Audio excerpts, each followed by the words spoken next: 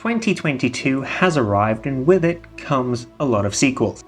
No, seriously, there are a lot of them. And while of course there are loads of interesting new IPs to get excited for, because there are so many new entries into existing franchises, I figured I'd make a list of the 22 sequels to TV shows, movies, and video games that I'm looking forward to the most in 2022.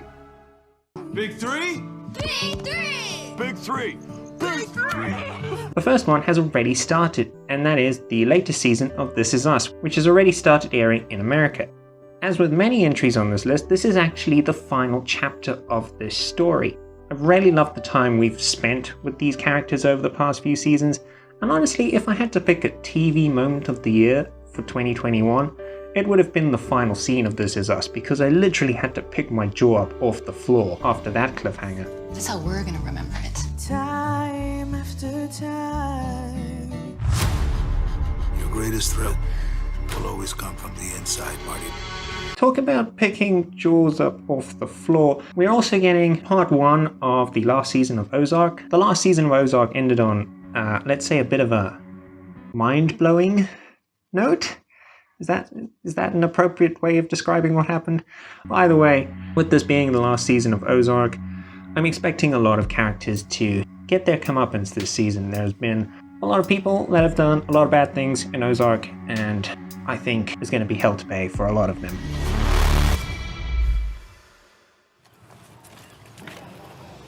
Want to ride? And this one kind of makes me sad. It is the last season of Killing Eve. Killing Eve has been one of my absolute favorite TV shows over the past few years. Villanelle has been one of my favorite TV show characters. And looking at how we ended off last season, we might hopefully get some more scenes where Villanelle and Eve are together. It's one of those shows where it doesn't have its two leads in the same shot a lot of the time, but when they are, it's absolutely electric. And I hope they wrap this show up nicely, because I really want it to end well. I just can't wait to watch 8 more episodes of it. As to a show that isn't ending, we are getting the next season of The Crown. Now, The Crown has been a really interesting show to watch, with great performances from great casts. And of course, this season we get a brand new cast, with everyone being replaced as per normal. Something that I'm really interested about this season of The Crown is that we are edging closer towards Diana's death. And so, considering the controversies The Crown has had of making stuff up and incorrect historical accuracy and the royal family not liking things, it's going to be really interesting to see how they depict the events surrounding and leading up to Diana's death. Not sure if that'll be this season or the season afterwards, but either way, it's leading up to it. On a happier note, we're getting season 3 of The Umbrella Academy. The Umbrella Academy has been a really enjoyable show over the past 2 seasons. And going into season 3, they seem to be teasing a thing called the Sparrow Academy that has numbers 1 to 7, but they're different except for Ben. Talking about characters who've kind of passed on but are making a return, Stranger Things is returning this year with season 4. At the end of season 3, Jim Hopper kind of, well, I don't know what happened to Jim Hopper, but somehow David Harbour was cast for season 4, so, you know, we got to get some of that plot armor from somewhere. It's Jim Hopper. Chief Jim Hopper. Yeah, I've got Jim Hopper here. On to movies. Of course, we've got to touch on the MCU. We are getting the next Doctor Strange movie, and it's always fun watching Benedict Cumberbatch play Doctor Strange. As we enter this kind of multiverse era of the MCU, it provides a lot of opportunity for fun visuals, for weird things to happen on screen. And as we've seen in the most recent trailer for the next Doctor Strange movie, we're getting an evil version. So we get Benedict Cumberbatch playing good guy and bad guy. I remember Benedict playing Khan in Star Trek Into Darkness and really enjoy him as a villain. So we get to enjoy him as the hero and the villain. This one we've been really looking forward to since its announcement. A Marvel property that isn't part of the MCU is Spider-Man Across the Spider-Verse. This is the sequel to that amazing animated Spider-Man movie, Spider-Man Into the Spider-Verse. And, you know, it's just more of that fantastic art style, that fantastic storytelling, and that fantastic world they've created. Looking forward to that. I missed you too. Okay. And of course, we get more Tom Cruise this year. The one I'm highlighting from Tom Cruise is Mission Impossible 7. The Mission Impossible movies have just seemingly been getting better and better over the past few entries. I'm just looking forward to more Mission Impossible and I hope they continue to just nail it. What the hell is he doing? I find it best not to look. And now we enter the mysteries corner of the video, where we've got 2 detective movies with fantastic casts. We've got Death on the Nile, which isn't really a sequel, but it's a continuation of Kenneth Branagh's Hercule Poirot from Murder on the Orient Express. So we move on to another one of Agatha Christie's fantastic novels, with a whole new cast of interesting characters and fantastic actors, and as I mentioned the last time I brought this movie up, it's got Rose Leslie in it, so it's practically a 10 out of 10 already. He accuses everyone of murder. It is a problem, I admit. But not to be outdone, Ryan Johnson and Daniel Craig are also coming back with Knives Out 2. They've also got a new cast of fantastic actors playing wacky characters and potential suspects. Looking forward to that one. I think you have something you want to tell me.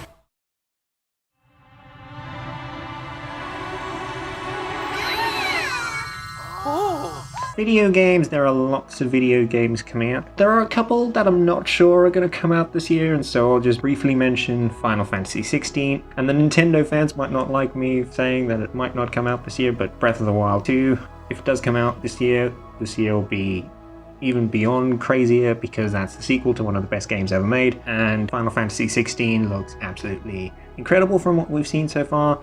We'll see how it actually plays out on a grander scale. Of course, Final Fantasy is enjoying the high life right now after Remake Part 7 and the success of 14. So hopefully 16 nails it. Hopefully Breath of the Wild 2 nails it. Are you a calm and reasonable person? One game that we don't need to worry about nailing it is God of War Ragnarok. Now this is already crazy. We've got a year with potentially Breath of the Wild 2 and God of War Ragnarok coming out in the same year, and I haven't even got to my personal most anticipated sequels of the year. But 2018's God of War was absolutely fantastic, critical darling, one of the most beloved games of all time, and so I hope that Sony Santa Monica nail it again. I'll be honest and say that 2018's God of War wasn't my game of the year. It wasn't my second favorite game of the year. I respect its brilliance, and so I'm hoping that with Ragnarok I get that emotional connection that I didn't quite have as much as everyone else with 2018's God of War. And so I'm not excessively hyped for it, but mildly sitting back, looking forward to it, hoping that it blows all my expectations out the water.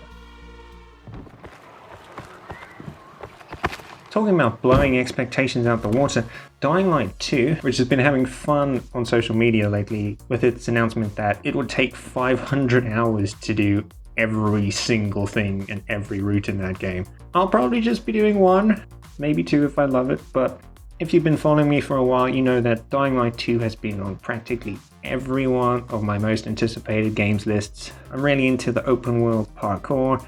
I'm not really a zombies dude, but the way that they've presented the narrative and the narrative arcs, they've got me in. I hope it's fantastic. Water?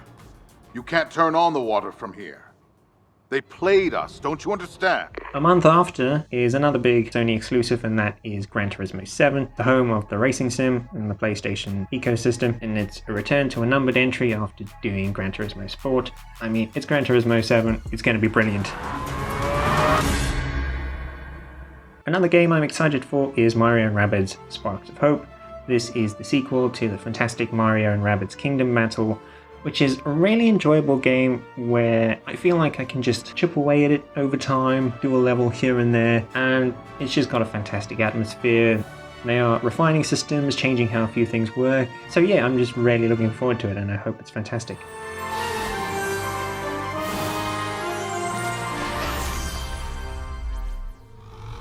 Can you stop it? I don't know. But he's my brother. And I would die for him. We move on to A Plague Tale Requiem. Now, when A Plague Tale Innocence came out, I didn't really have any interest in playing it.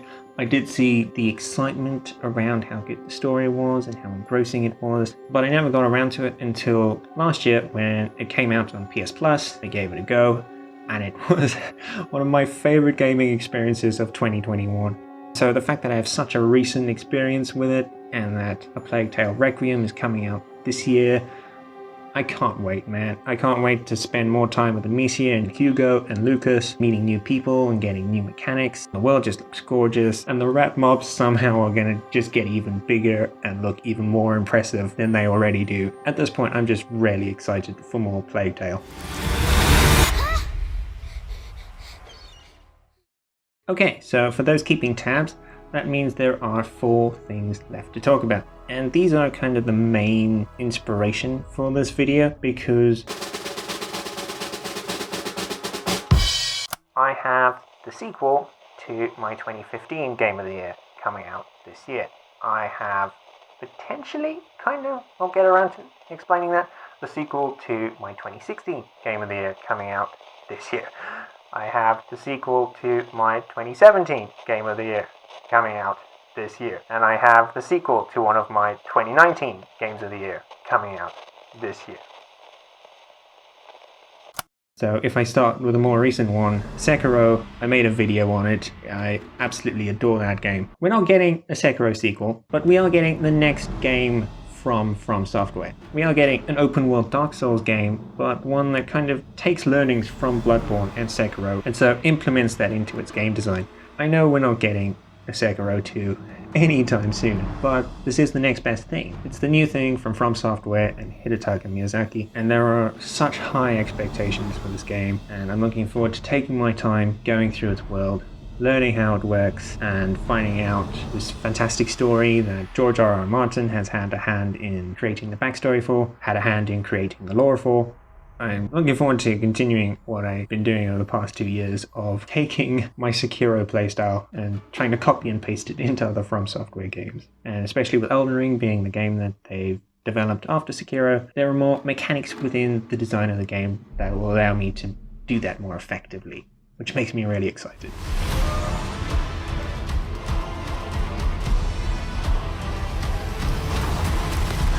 But now onto the big 3. These are 3 games where if any other game comes out near them, those other games will suddenly just not matter anymore. And unfortunately, 3 of the games that I've mentioned come out within the same month of one of them, in the insanity that is February-March, and that is, of course, Horizon Forbidden West. So yes, that does mean Dying Light 2 and Elden Ring are going onto my waitlist, but I cannot wait for Horizon Forbidden West. I've been looking forward to this game for a long time. It's been near the top of my anticipation list for years, and we're finally getting it. We are really close to it. I cannot wait to see more of Aloy's story, to find out more about this fascinating world that Guerrilla have set up. I replayed Horizon Zero Dawn last year, and to just be reminded about what Zero Dawn was, how this world came to be, looking out for any references I could find to Forbidden West. Exiled to Sunfall and the Forbidden West. Makes me really excited to see how they're going to continue the story, the new machines we're going to take down, the new ways of traversing the world, this beautiful world that they've created on the west coast of America. I'm just ready to lose myself to the world of Horizon for another 100+ hours.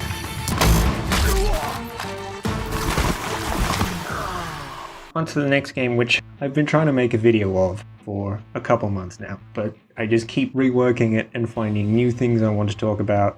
Suicide Squad Kill the Justice League is the new game from my favorite video game developers, Rocksteady Studios, studios behind the Batman Arkham games, and it is set within the Arkham universe, which of course makes me excited because of all the narrative implications that could have. Sefton's already mentioned that there are some plot threads from the Arkham games that will be continued. And in fact, this is a continuation of the Arkham verse, so a lot of the through threads and the storylines you're going to see come to fruition in this game. And Suicide Squad has so many ingredients for things that I'm just really excited for. The detail of the open world, the traversal mechanics, the variety in the gameplay systems, the narrative, the way the characters are inevitably going to bounce off each other, the prospect of, after playing this game solo for the first time, going back with friends, playing through it in co-op.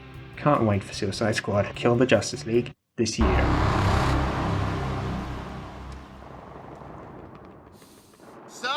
Figure out who we're killing yet? Oh. Now, my last entry onto this list is a bit of a precarious one, but it is the sequel to my 2016 Game of the Year, my favorite game of all time, the game I've put the most time into, and that is Overwatch.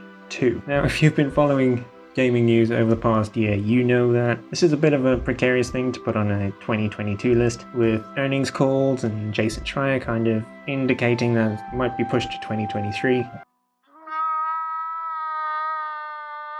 And then, of course, I cannot bring up any Blizzard property without talking about the absolute mess that has been going on there. From following the Overwatch team as closely as we can, because that lot are pretty private, we do get the idea that the Overwatch team is one of the cleaner, for lack of a better term, teams at Blizzard. But of course, we still need some action to take place. Bobby, get out of there. What are you still doing, Bobby? Please just leave. I really hope that things change in Activision Blizzard. Not just the performative, tokenistic changes like we saw with the Jen O'Neill promotion. As an Overwatch fan, I want the people working on Overwatch to feel safe at work. I want them to be happy at work. I don't want them to be working underneath the shadow of this horrific culture.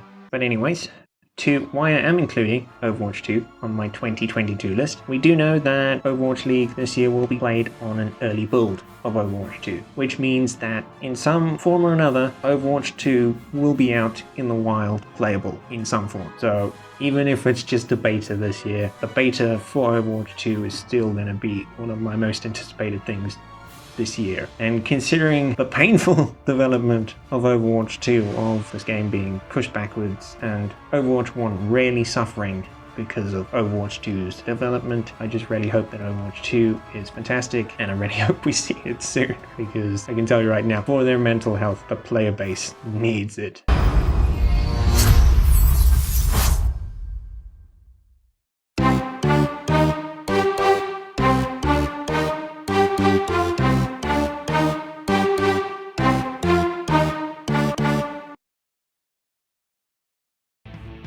That is Attack of the Sequels for 2022. There are a lot of things to be excited for this year. I know that the world's not that much of an exciting place right now, but hopefully these things provide us with loads of joy and tide us over for when things miraculously get better in the world.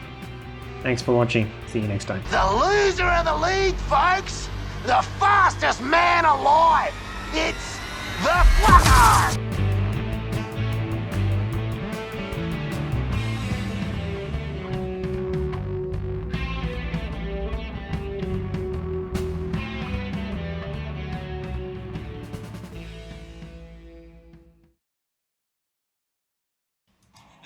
Is one of you.